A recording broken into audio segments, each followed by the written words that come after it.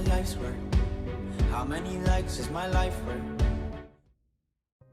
Hey, what's up guys, it's Mark Yoon, and today I'm bringing another hopefully exciting video. So what I got for you today is another curve of misinformation that I'm trying to put across. So what we have is the Mark Cerny keynote speech that we already had for GDC. People are taking it out of context when he said there's only going that the top 100 PlayStation games as by playtime are definitely going to be backwards compatible. A lot of people took this as, oh, PlayStation 4 is only going to be doing some of the top 100 games, and that's where they're going to draw the line. That's simply not the case. If you look into it a little bit further, they published an article on their blog to re-clarify this. I don't think they should have re-clarified, because he said yes, it's backwards compatible on most PS4 games, and we know for a fact that the top 100, most of them are going to be playable from launch, meaning that they're going to be the ones taking advantage of that higher refresh rate and that higher variable frequency. So we're going to be getting like 60 FPS out of games that are like really hard to run on PS4 base and PS4 Pros, such as Horizon Zero Dawn, God of War. There's like really labor-intensive games on the system that causes it to sound like it's like going to take off into outer space. So that's what he was meaning on that, which I thought was a really good point. It came across to me. I don't really understand how it didn't come across to everybody like that, but I guess in this console war stuff and with everything going on in the world today right now, there's a lot of misinformation out there, and I just wanted to try and put some of you at ease. So Sony re-clarified with a PlayStation blog on the PlayStation.blog site, and they clarified by saying that the vast majority of the over 4,000 games in the PlayStation 4's library are going to be backwards compatible on the PlayStation 5. They were just talking about how, I'll put everything up here on the screen as well. They were just, like I said, talking about how it's going to be a game-by-game cases, just like it was with Microsoft in last generation, because they got to make sure that these games run smoothly and properly, and they want them to be able to take advantage of this variable frequency. So it's not that you could just like throw like teraflops and CPU power at the thing. Like, there's a lot going on when it comes to refresh rating, when it comes to compression, when it comes to a bunch of other stuff involved, frame rate, like I mentioned. These things like are very on a case-by-case basis, and like Mark Cerny was even saying, he said when he boots up God of War in his PlayStation 4 Pro, it sounds like a quote-unquote jet engine. And a lot of us have seen instances of that. For example, I'm still on a PS4 base because I have a 2 terabyte internal storage hard drive, and then I also have a 4 terabyte external. So I have 6 terabytes in total, so there's no really point for me to get a Pro, especially with the next generation right around the corner. So I've just stuck with my base since launch and just upgraded it a little bit. But when I'm running games like Resident Evil 2 Remake or something, like, my PlayStation does sound like it's going to gather Elon Musk and the rest of the world and protect us from what's going on right now and zoom us off to Mars. It's pretty loud, even encumbering my experience with headphones even sometimes, so I can understand that he's taking the time to make sure that this is not an issue going forward in the future.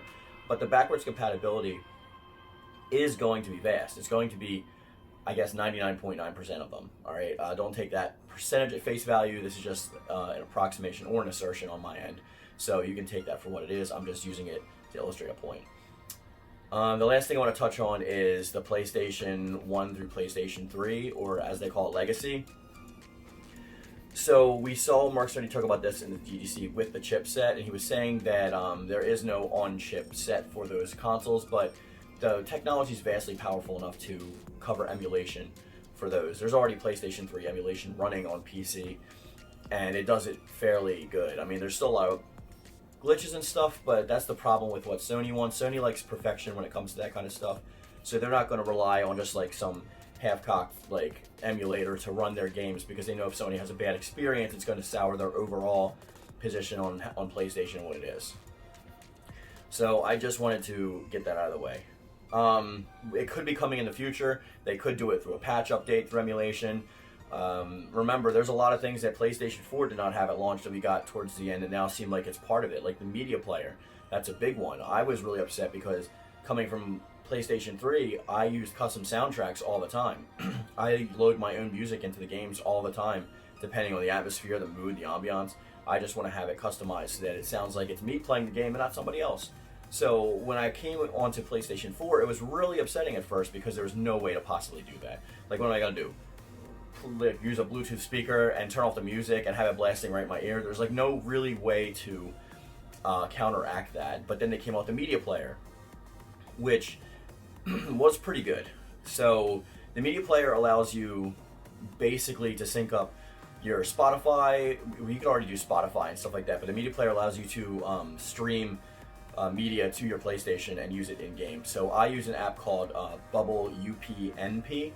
You can download it on Android. I'm not sure about iOS, but that will allow everything from your phone to directly play onto your PS4, which is great for me because I would just choose playlists that I already had pre-selected, and I was able to utilize them. So that's excellent. So we got to remember that there's like patches like this, quality of life patches, even things that had to do with the social hub, everything like that, that were added post-launch, like down the road. Like, I think this was like 2 or 3 years after PlayStation already been out that this had come out. So if they want to perfect it, and they do think it's a priority, and they want to, I guess, compat the legacy of Xbox Series X, then they are going to probably want to implement that in the future. This, again, doesn't affect somebody like me because I have all the past generation consoles, though it would be nice to see them in higher definition with an upscale and a fresh frame rate. That would be excellent, don't get me wrong, but again, I'm not sure if we would even be able to play them off the discs. It might be more of a... they have PlayStation Now, so I don't really see them utilizing that feature because even though I don't subscribe to PlayStation Now, again, because it doesn't really suit me because I have all the consoles, there's a lot of people who play PlayStation 2 and PlayStation 3 games already off of PlayStation Now, but that's not the entire library, which is why I don't subscribe to it. There's a ton of games that like I would love to play, like Def Jam Fight for New York, Dragon Ball Tenkaichi 2 and 3, Dragon Ball Infinite World, Naruto Ultimate Ninja 3. There's like a ton of games that like you won't be able to access if you utilize just PlayStation Now. So I really hope that if they're not going to do system on a chip, I hope that in the future they do implement some sort of emulator for at least the PlayStation 1 and 2, and they can work on the PlayStation 3. I know it's a harder one to get perfected, but if they just launched it console by console, similar to what the Switch does with their online games, how they have the Nintendo app, and then it took a few months, and then finally the Super Nintendo app came out, and we don't know where it's going to go from the future. Nobody's complaining with that, so like I think if they did something similar, then it would garner a lot more respect within the community. Though it doesn't personally affect me, I can see why people have that assumption, and they want to see that happen. And lastly, guys, I just wanted to talk about the price of the PlayStation. Now, I have some friends that are software engineers that I've had on my channel before. I have some friends that are in the gaming industry, and some people are saying with the technology that's in this, they can't see the consoles coming out anywhere under $600, if not more, at launch. And what I've explained to them is that not only is AMD working directly with PlayStation and Series X, so they're getting these in huge bulk discounts that wouldn't be available to the retail public. That's going to drive down costs a lot, but also it's their own proprietary hardware. So AMD is using a chipset. It's a version of Ryzen. It's not exactly Ryzen 2. They're using a version of it that's tailored specifically to Sony and to Microsoft, meaning that they can cross-promote. So that actually saves up and frees up a lot of capital because the two consoles are promoting AMD at the same time while AMD is promoting the consoles. So it's more of a marketing thing as well as utilizing a technology of both for functionality. But the chipset price is going to go down for that because they're actually like using that as a marketing budget. Also, they are probably going to take a hit on hardware. I know Sony sees what happened with PlayStation 3, and at the time, I bought a PlayStation 3 at launch, the backwards compatible one. That price was ridiculous. I think I paid almost $800 for mine, and that price was turning off to a lot of people, and it did turn in favor for Xbox 360 during the console war. I mean, like Sony later on obliterated them with sales and whatnot, but it took a while for them to catch up, and Xbox 360 led the market for the longest time. And it did have the advantage of coming out a year prior to PlayStation 3, but that's also another thing. These are launching side by side, so we don't have to worry about that. But there's a lot of price cost cutting things that they're doing. The same thing with like the internal hardware storage, like having a terabyte each.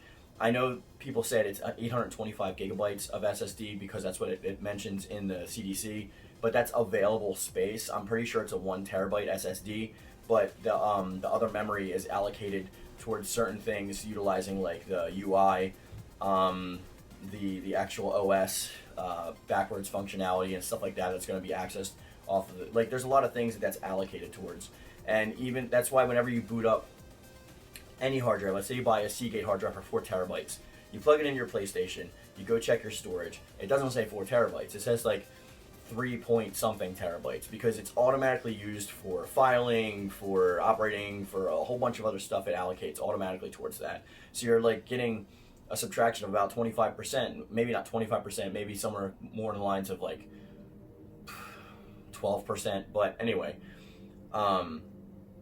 So when you see something like that, it's the same thing what they're mentioning. They're just being a little honest and saying that, like, you have 825 gigabytes of available storage SSD. It's probably a 1 terabyte SSD.